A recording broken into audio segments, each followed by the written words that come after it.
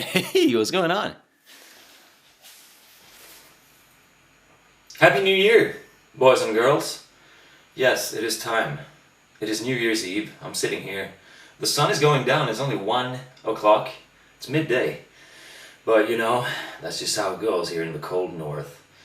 I'm about to crack some brews with a couple of friends very soon.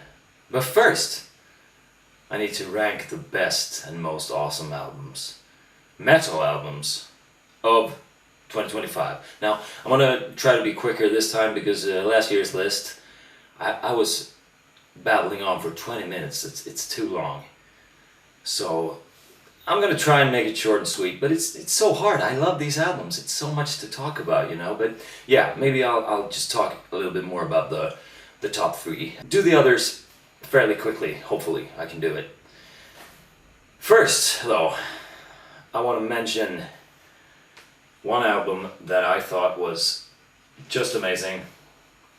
It's not going to be on the list, of course, because this is a heavy metal list. This is not a heavy metal album, but Ghost's Whoops. Wow, that's a cool photo, isn't it? Ghost Skeleton. I know these guys get a lot of hate.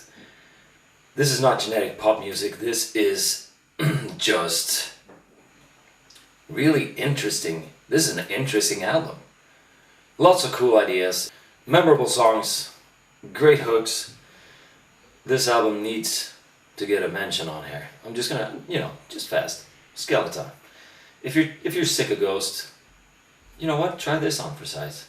It's a little different. It has weirder ideas. So, highly recommend this one. Alright, before we get started with my top 10, I need to mention a couple of EPs that were released this year. First one being Ninkarshag's Black Swords of Winter. Yeah, perfect black metal. I think it's their best work to date.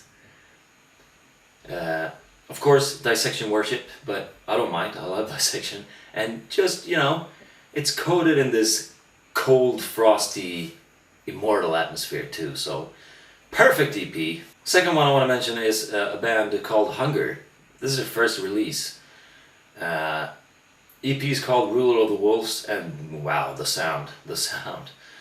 It's just like, it's kind of American power metal, I suppose, although they are a European band. But it's kind of sabotagey, that kind of sabotage vibe, which, yeah, I love it. I'm very excited to see a full album from these guys. Hopefully this coming year in 2026, we'll see. But yeah, check it out. Hunger, Ruler of the Wolves.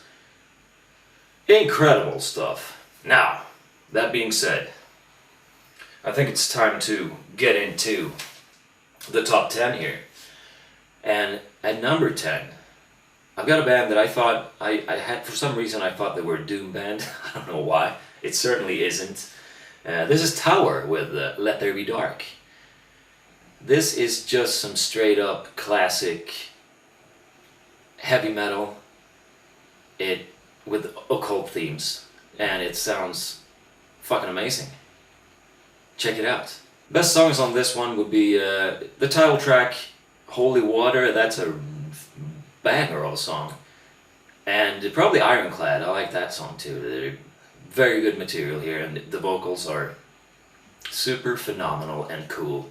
In at number 9, we've got the Trad Metalers in Seven Sisters. This is some, traditional heavy metal out of the UK. And this is Shadow of the Fallen Star, Part 2. Yeah, just incredible material here. It comes in at a runtime of about 40 minutes and only 4 songs. And that's due to the fact that the Epic Ender, Andromeda Descending, is a song that is 20 plus minutes long. But yeah, great stuff here. I can't really rank the best songs because there are only 4 songs. It would be kind of stupid. But my favorite is probably the opening song, Astral Prophecies. And that's probably one of my songs of the year, actually. It's very, very good, high quality stuff. Alright. In at number 8 is a band that I just discovered just a few days ago, honestly. But this album is so good that it just catapulted itself up into the top 10 spot. In at number 8, as I said, is Evil Cult with Triumph of Evil. I didn't even know this band existed. This is some evil dark speed metal from Brazil. Such a fun listen. Short and sweet. And there's even some like Iron Maiden dual guitar moments in here. It's a great album. Listen to it if you like your speed metal evil. Alright. In at number 7. Yes.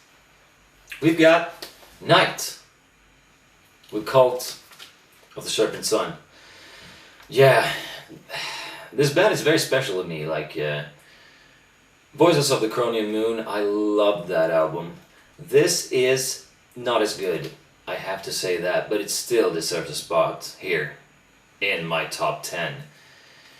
Because, I mean, such beautiful music. It's melodic, sad, mystical, and overall just a very unique and great sound that these guys are bringing to the table. Favorite tracks off of this one, it's very good, all of it, but I'm gonna have to say Crow, Fear the Night, The Last Blade, absolutely, that is one hell of a song, and Winds of Solkar. Yeah, solid album from Night. I do love these guys. Next up, number 6, Hellcrash. Inferno Crematorio. Evil speed metal from hell and from Italy. Again, just nothing new here. It's just a fun listen. Lots of great energy, lots of replayability, and yeah, what can I say? Hard-hitting evil speed metal again. Look at this cover. This is what it sounds like. This is exactly what it sounds like. Favorite tracks of this one is probably going to have to be the title track. I'm gonna have to say, oh man, it's hard. There's so much good stuff on here. Yeah, Purgatory Raiders probably, and Mark of the Beast.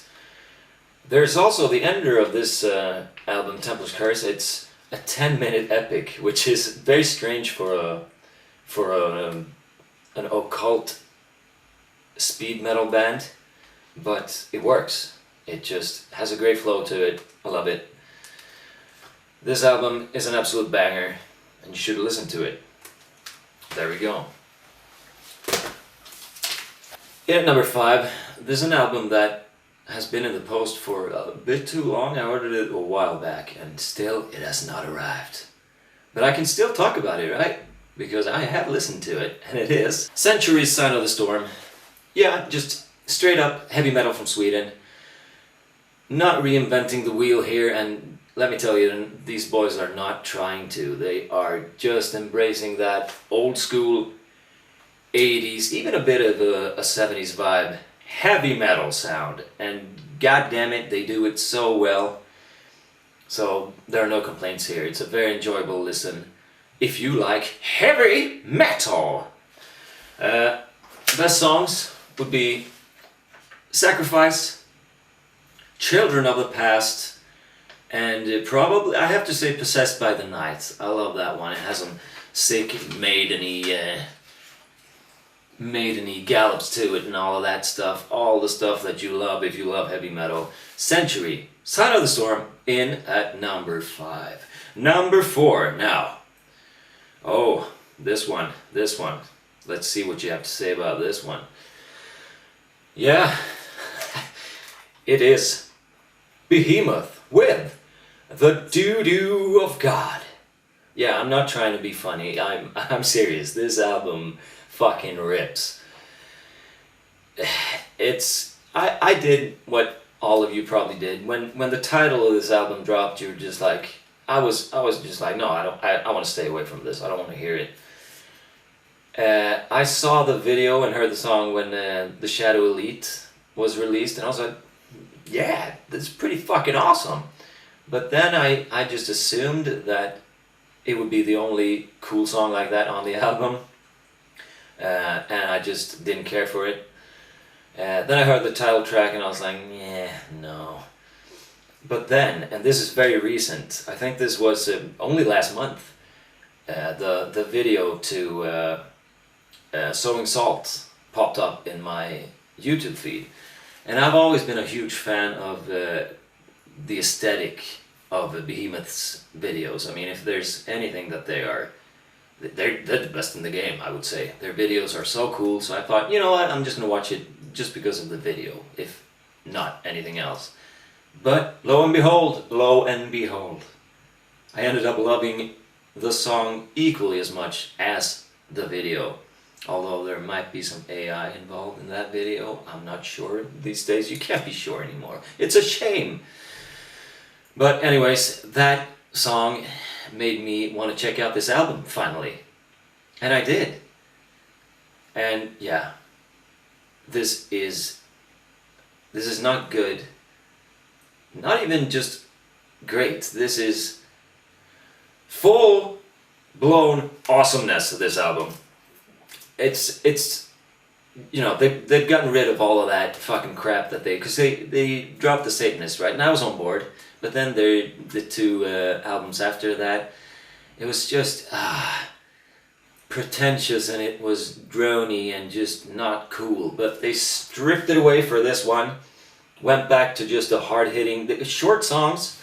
Album is short too. It's not even 40 minutes, and the pacing is just great. You can listen to this over and over and over and over, and I have many times. I'm a huge fan of this album, and I stand by that. This is very cool stuff. They go back to some of that, like there's a lot of Evangelion moments on this album, which I love, and even some Demigod moments here and there. Yes, I said it, guys. So yeah, there it is. The Poopy Doo Doo of God by Behemoth. Number 4 spot. Would you believe it? I wouldn't, but now I do. There it is. Number 3. Also a very recent discovery for me. I found these guys only a couple of weeks ago. Didn't know they existed. And it was Love at First Listen. What am I talking about, you might ask? Well, there it is. 1 of 9. Dawn of the Iron Shadow. Yes. Tolkien-inspired black metal. If you like Emperor, then you would probably not dislike this. You know what? Sonically, if I had to compare it to something, it sounds a lot like Stormkeep. And as a lover of Stormkeep, you know, this is an absolute banger. This is the sound of ancient fantasy battles. It's huge soundscape. Lots of synthesizers in the best possible way. Female vocals on here pop up here and there just to add to the atmosphere. Some layered female vocals, very cool. And you know, the bells in Age of Chains, those church bells that kind of create the chorus, very cool, yeah. Great album. Awesome to listen to in these dark times, although the sunshine, I appreciate it. We've only had a few hours of sunshine all month over here, so this is very nice to feel the sun on my face, although I'm talking about black metal right now. But yeah, I'm gonna listen to this a lot this winter. Love it. 1 of 9. Best tracks on this fantastic piece of art would be Age of Chains, probably Dreadful Leap, and I'm gonna say Quest of the Silmaril. Overall, an incredible album. Highly recommend it. Whoop! Alright, you know what that means. Well, apparently my camera decided to stop recording right when I was presenting my number 2 spot. This is Häxkapell. Om jordens blod och ur gravens grepp.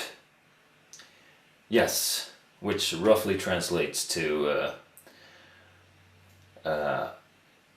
about the blood of the earth and the grasp of the ancient grave. Black metal with traditional Swedish folk music involved from the very north of Sweden. God damn it. Technical difficulties. I don't know what happened. I think my camera overheated. I was just about to tell you about the greatness of this album, and I will. Yeah, I mean, incredible, incredible black metal. This is philosophical, it's poetic. It's just the lyrics. This guy is quite the lyricist, and yeah, maybe this connects better with me, as it is sung completely in Swedish, so I guess, you know, understanding what he's talking about might make this a whole lot better, but you don't need to understand what he's talking about to appreciate this album. These song compositions are nothing short of amazing. It's a very varied album, like no 2 songs sound the same, but it is also extremely cohesive at the same time, so that's quite the feat in and of itself. Yeah, it's love it. Has the best song of the year on it. It is the ender, Den sanna moden talar. Some other tracks that are really good. Satans rötter, love that one, and Vindar från förr. But yeah, the whole album is fucking great. Give it a chance. Give it a listen, and I don't think you will be disappointed. High quality stuff. By the way, this is a one-man band, so quite a talented man here, for sure. Alright. You know what that means? Yes. Leaves us with only one. The greatest. The most awesome album of the entire year. What's it gonna be, you might ask? I'm gonna have to give this one to the sexy and well-hung men in the great trad metal band Ambush. This is Ambush, evil in all dimensions. Yeah, I mean, I'm a super fanboy, and I don't know if it, but you know what? I was not blown away by this album, but these guys, they have that problem of just releasing such solid material. Every album rips, so it doesn't stand out as much. It was just like my last year's number 1 for me. This is just another great album in their catalog. I do believe that this might be the most consistently good one, though. Like, every track is really good. The pacing is fantastic, and yeah, what can I say?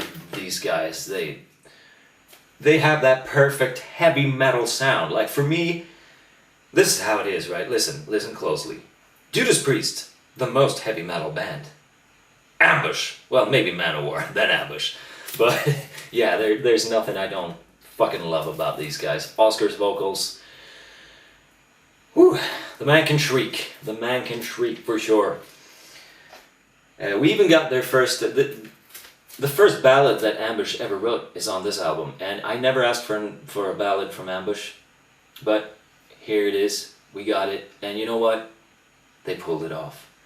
But the best tracks for me are still going to be the faster tracks.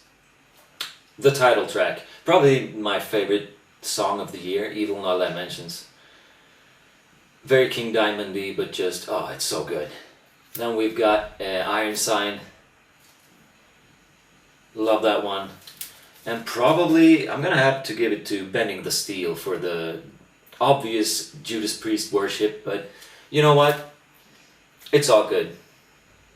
Not a rip-off, just an homage. A perfect homage to the greats. Yeah, there it is. There you have it. Have to say that the album art is their worst yet though, but whatever. It can't all be perfect, you know. Love Ambush, and you should too. Listen to this if you are a fan of traditional, heavy, and speed metal. Yep, there it is, guys. Thank you for this year. Hope for some great releases in 2026. Alright, go and have a beer now, and Happy New Year! See you next time, goodbye.